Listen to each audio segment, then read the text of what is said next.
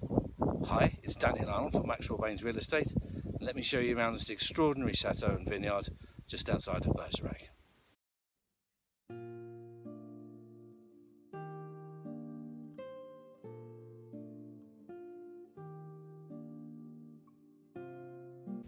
So I've just flipped the camera around.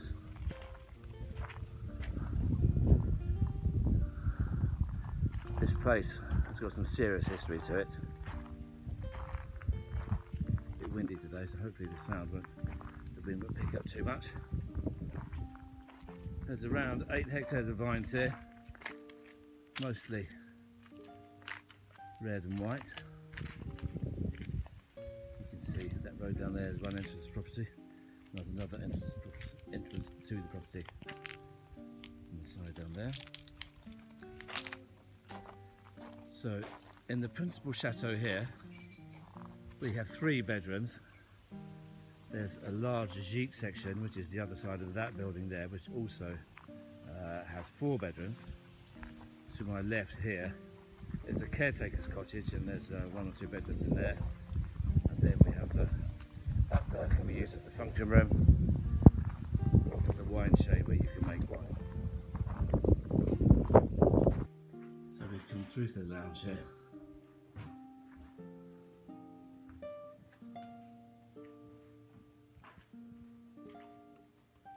Beautifully decorated.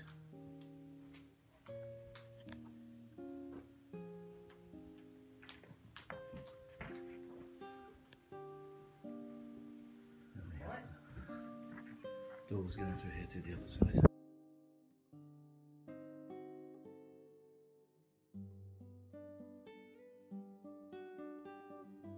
We've now come through to the dining room. Beautifully appointed, just like the rest of the rooms. Fantastic panelling throughout. And here, like the rest of the property, you can see this fabric on the walls. See that there? It's all silk. So the level of finish in this property is absolutely extraordinary. And this takes us back outside, as you can see. Working farm here. So it's, where are we? The beginning of July, so we're right at the season where you need to be looking after the vines. This kitchen's brand new. It's been fitted a couple of days ago. Really nice. And then it takes us back to the hallway. Okay, let me take you upstairs.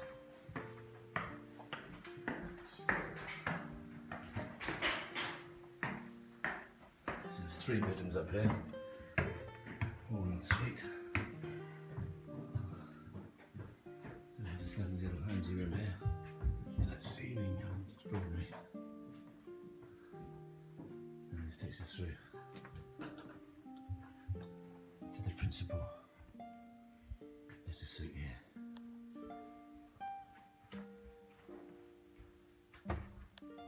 Okay, so let me show you bedroom 2, which was at the left of the stairs. So let's go this way. Again, some fantastic murals. Look at that.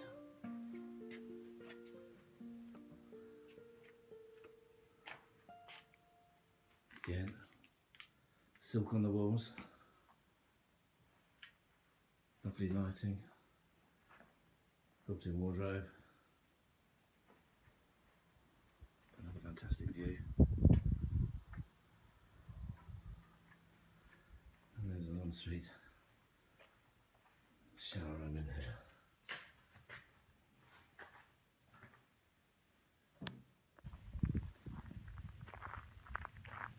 Let's go and have a look at the gîte and the swimming pool complex. We're back out at the front of the property, so there's no access to the gîte from within, which is good because it means that there's plenty of separation between you and your guests, whether they're your friends or whether they're paying clients. I think this sort of property would be absolutely perfect as a small, intimate wedding venue. You could probably have yourselves, and then probably up to perhaps 15 guests, something like that. That's assuming you kept the same level of accommodation. You could increase it, I think, depending on what you wanted to do about the wine operation. Absolutely beautiful day here. 37 degrees. Not sure what that is in old money. Okay, so there's 3 gîtes here. And they all have their own access, and they all have their own spa, they all have their own barbecue. So if you're renting it out as a business,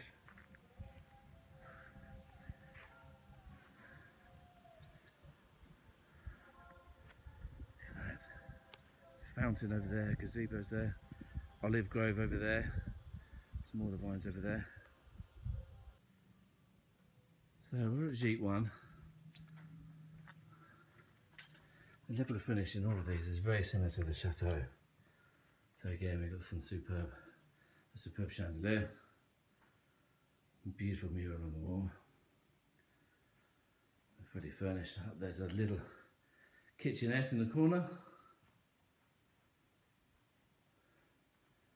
and we have an ensuite, beautifully tiled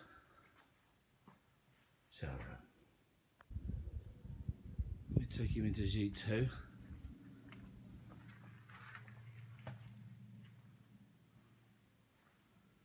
Another beautifully appointed room.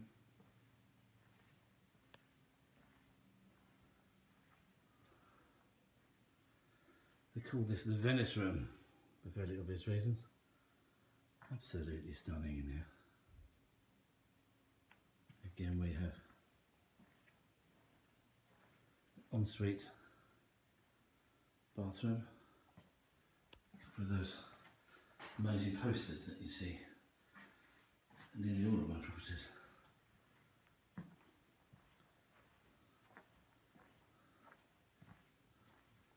And again, at the end up there, we have his own little kitchen area.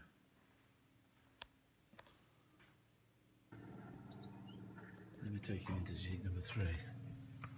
Now this is the largest of the gîtes. There's a bedroom up there, and there's the lounge area in here. Quickly turn around so that you can see. Dining area here, and another little kitchen area there, and then there's the principal bedroom in here. This also has a very nice dressing area, which could be another bedroom, of course, or perhaps a nursery.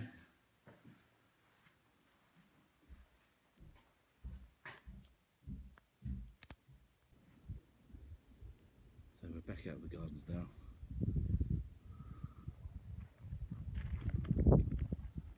I'll walk you down to the pool area.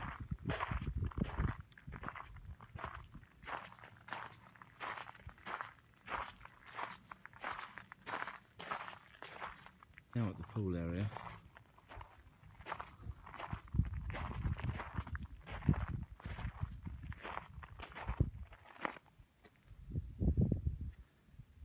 There's a couple of buildings here. So this building here to my left, that's got the technical area where they've got the pool pump and the filter, etc. And there's a summer kitchen in there, and then there's changing rooms and showers.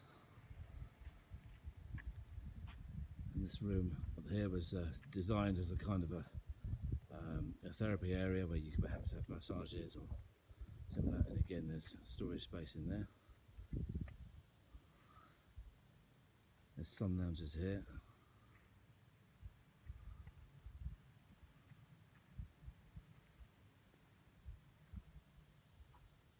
There's a couple of those wild Dordogne crocodiles.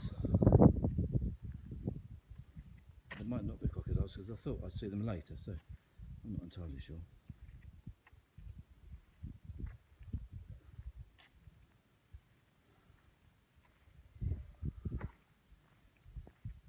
It all leads down to here. So pretty spectacular by anybody's standard, I think you can agree. Let me take you to the wine area.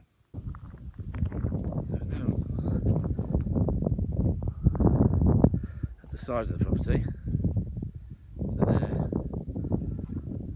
is the last sheet that we saw, and that's the rear to the lounge, which we saw on the first bit of footage, I think. So, takes you around here. Quirky little building, this one. Not exactly sure what it was designed for, but there's nothing in there at present, so that could be a fabulous little office, could be a tiny one-bedroom little studio, and then we have the working farm area. So those there are some old cuve, which are no longer used. There is a agricultural hangar where they keep the tractors and the machinery, and in here is where they make the wine. So that's what they call a shay, and in the shay there's wine equipment. Now they don't make wine on the premises. At the moment they simply grow the grapes. The grapes are harvested and they're taken off to the cooperative to be turned into wine.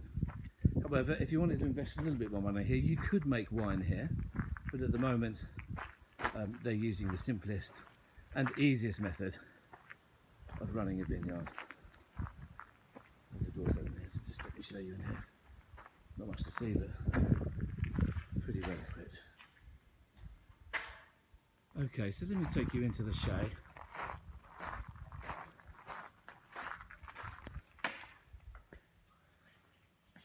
So this is kind of an entrance hall, galleried landing up there. So you can certainly do something with this room. To the left is what they call the Chez Barrique, which is where you would store the wine barrels. So if you were going to make wine here, this is where you put your barrels, but if you're not going to make wine here, then this would just make an absolutely astonishing function room in here. This leads us onto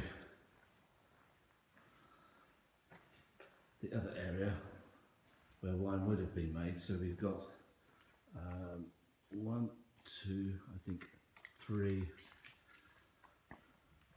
4 stainless steel tanks where you would make the wine, and through that door there is part of the heating system.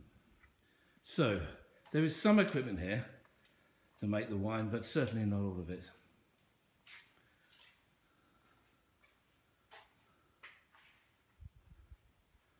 I love this room. I think this could be amazing.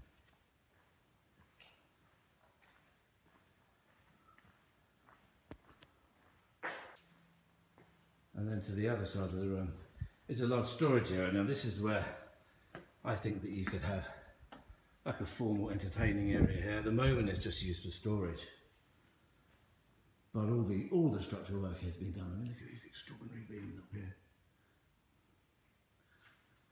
So, and then those doors that take you back through to where those stainless steel tanks are.